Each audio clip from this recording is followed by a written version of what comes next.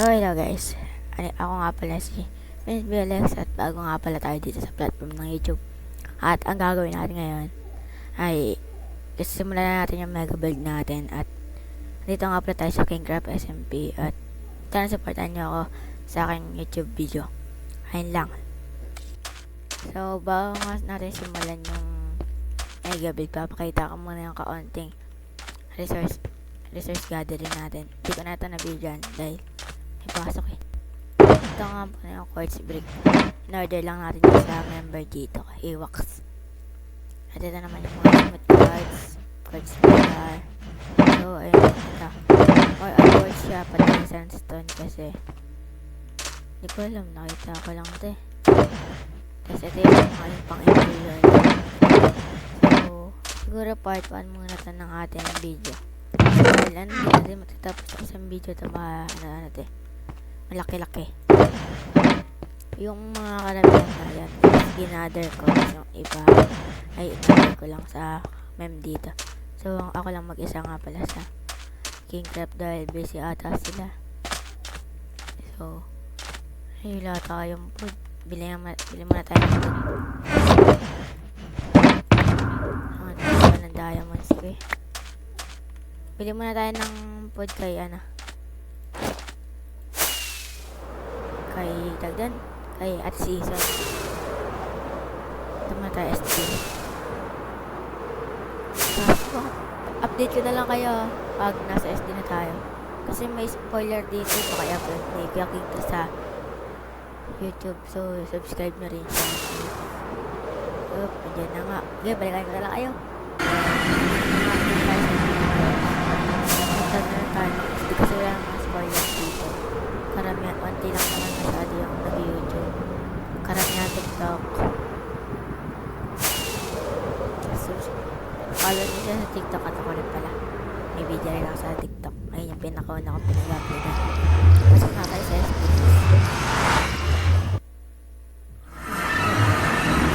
Ito mga pala yung mga video. Ito kayo, Bex. Ito yung sa amin maliit lang. Pero napalag naman. At ito yung sasabi kong bilyan. Tapos kung napapanood niya si Ketot, ito yung build niya. Gas station kasi gunpowder at gas tea yung binibenta niya. Wala pa rin golden carrot. So, perk muna tayo para tumaba. May trade shop nga pala dito sa mga di nakakaalam. At fireworks din kasi 6 na lang fireworks natin. Oh, ay kala ko top stock. Build tayo ng 3 stock.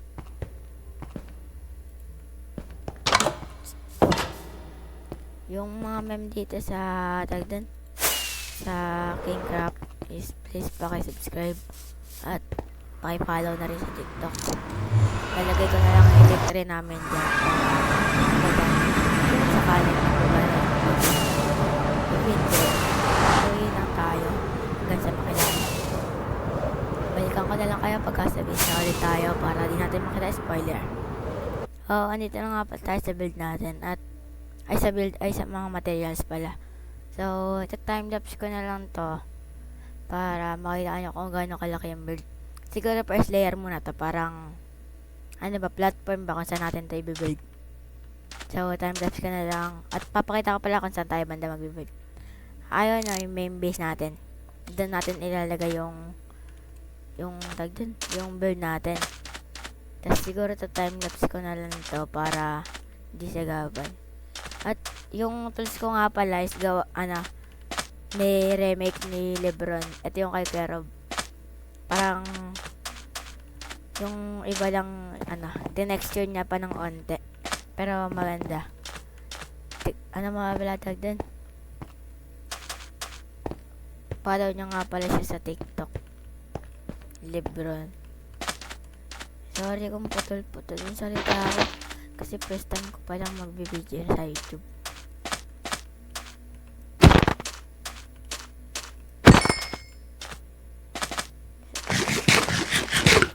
So, pang hinihintay natin. Simulan na natin yung time-lapse na. Para hindi sa gabal. Okay, simulan natin.